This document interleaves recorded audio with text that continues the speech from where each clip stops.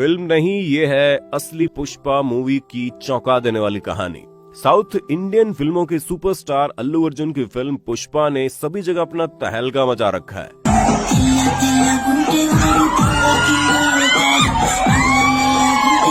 इसकी कहानी से लेकर डायलॉग तक हर एक चीज को हैरान करने वाली जोड़ी बनाकर रख दिया है। ऊपर से फिल्म में दिखाया जाने वाला लाल चंदन, उसकी तस्करी और जंगलों के बीचों बीच तमिलनाडु और कर्नाटका के बॉर्डर को देखकर आपको ऐसा तो लगा होगा आपने कुछ ना कुछ ऐसा पहले देखा है। तो दोस्तों, यहाँ बात बिल्कुल सही है। ये फिल्म पूरी तरह से एक ऐसे डाकू से इंस्पायर होकर बनाई गई है जिसने पूरे 40 सालों तक तमिलनाडु और कर्नाटक के जंगलों में राज किया है, और उस डाकू का नाम है वीरप्पन। जिसकी जिंदगी से इंस्पायर होकर बनाई गई ये फिल्म पुष्पा आज बॉक्स ऑफिस पर तहलका मचा रही है। लेकिन अभी भी बहुत सी ऐसी चीजें हैं जिसे फिल्म में दिखाया नहीं गया।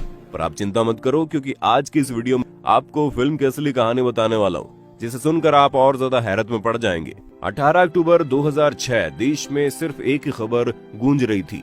दक्षिण भारत का खतरनाक डाकू वीरप्पन एनकाउंटर में मारा गया। एक ऐसा डाकू जिसे पकड़ने के लिए पुलिस वालों ने एड़ी चोटी का बल लगा दिया। यहाँ तक कि इसे पकड़ने के लिए बड़े बड़े सर्च ऑपरेशन किए गए, जिसमें करोड़ों रुपए पानी की तरह सरकार ने बहा दिए। लेकिन वीरप्पन किसी के हाथ नहीं लग रहा था। ऐसे में जब वीरप्पन के एनकाउंटर की खबर आई तो लोग समझ ही नहीं पा रहे थे कि आखिर ऐसा कैसे हो सकता है। इस पर कोई यकीन करने को तैयार ही नहीं था। पर दोस्तों, वाकई में वीरप्पन का एनकाउंटर हो चुका था। वैसे तो चंबल से लेकर तमिलनाडु और कर्नाटक के जंगलों तक एक से बढ़कर एक डाकुओं का राज रहा है, लेकिन दक्षिण भारत के वीरप्पन ने एक अलग ही पहचान बनाई। बहुत ही लंबे समय तक इसने जंगलों में राज किया। कहा जाता है जंगल इसका घर हुआ करता था, और जंगल का ऐसा कोई कोना नहीं था जिसके बारे में वीरप्पन को ना पता हो। इन्हीं जंगलों में रहकर उसने कर्नाटक और तमिलनाडु की पुलिस की आंखों में धूल झोंकी और बड़े आराम से अपनी जिंदगी जी। पूरे 40 साल तक जंगलों में राज करने के बाद पुलिस वालों की एक लंबी प्लानिंग की वजह से वीरप्पन को पकड़ा गया। और जैसे ही वीरप्पन पुलिस वालों के सामने आया, पुलिस ने ना आओ देखा ना ताव, और बिना एक पल की देरी किए लगातार वीरप्पन पर 338 राउंड की फायरिंग की। तब जाकर कहीं वीरप्पन को पकड़ा जा सका, वरना अगर पुलिस गोलियों की बरसात न करती तो हो सकता है अभी भी ये डाकू जंगलों में अपनी हुकूमत कर रहा होता। दोस्तों, वीरप्पन के डाकू बनने की कहानी 1962 में शुरू होती है, जब ये सिर्फ 10 साल का था। इस छोटी सी उम्र में इसने एक तस्कर का कत्ल किया, और उसी वक्त वन विभाग के 3 अफसरों को भी इसने मार गिराया। गांव वालों का कहना था कि ये बहुत ही गरीब परिवार से ताल्लुक रखता था, और उस वक्त स्मगलिंग करने के लिए वन विभाग के कुछ अफसरों ने इसे उकसाया था। पर जब इसने स्मगलिंग की दुनिया में कदम रखा और पैसा छापना शुरू किया तो अधिकारी खुद इसे मारने को तैयार हो गए। जिसके बाद वीरप्पन ने अपनी जान बचाने के लिए जंगलों में रहना शुरू कर दिया। और तब शुरू हुई एक नई कहानी, जहाँ मात्र 17 साल की उम्र में पहले तो इसने एक हाथी को मारा, और फिर हाथियों को मारने का सिलसिला इसी तरह चलता रहा, जहाँ इसने करीब 2000 से ज्यादा हाथियों को मौत की नींद सुला दिया। हाथियों को मारकर ये उनके दांतों की स्मगलिंग किया करता था। इसके अलावा तमिलनाडु और कर्नाटका के जंगलों में पाए जाने वाला सबसे कीमती लाल चंदन के पेड़ों को काटकर उसकी लकड़ियों की स्मगलिंग करता था। जब कभी भी कर्नाटका की पुलिस इसे पकड़ने जाती थी तो ये भागकर बॉर्डर क्रॉस करके तमिलनाडु पहुंच जाता था, और ठीक इसी तरह से ये तमिलनाडु पुलिस के साथ भी करता था। इसी तरह लुक्का छुपी का खेल खेलते हुए इसने जंगलों में काफी आतंक मचाया।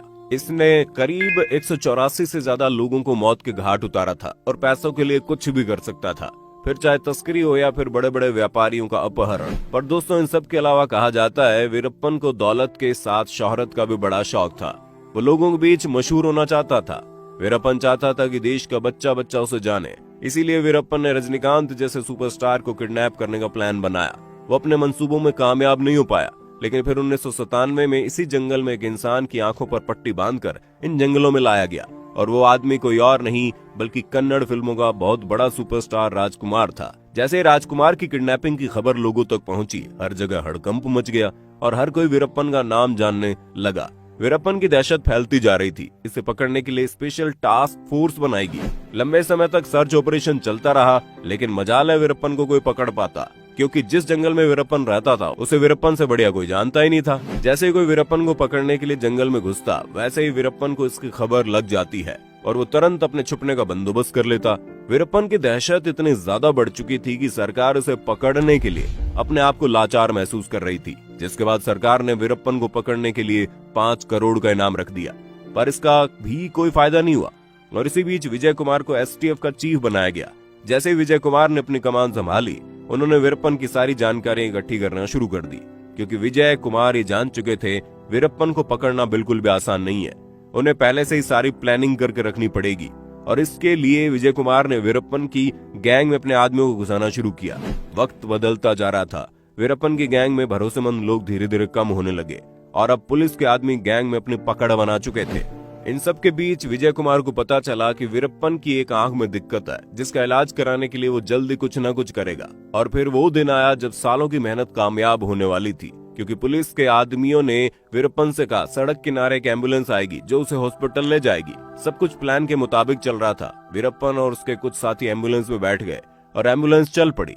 थोड़ी दूर जाकर ड्राइवर ने गाड़ी रोकी और उसी बीच एम्बुलेंस में बैठे ड्राइवर और वार्डन तुरंत निकलकर भाग गए। जहां पर गाड़ी रुकी थी वहीं ढेर सारे पुलिस वाले हथियारों के साथ पूरी तरह तैयार थे, जिन्होंने लगातार फायरिंग शुरू कर दी और करीब 338 राउंड की फायरिंग के बाद वीरप्पन की कहानी खत्म हो गई। तो दोस्तों, आज के लिए इतना ही। आपको वीडियो के बारे में क्या कहना है कमेंट में बताइए।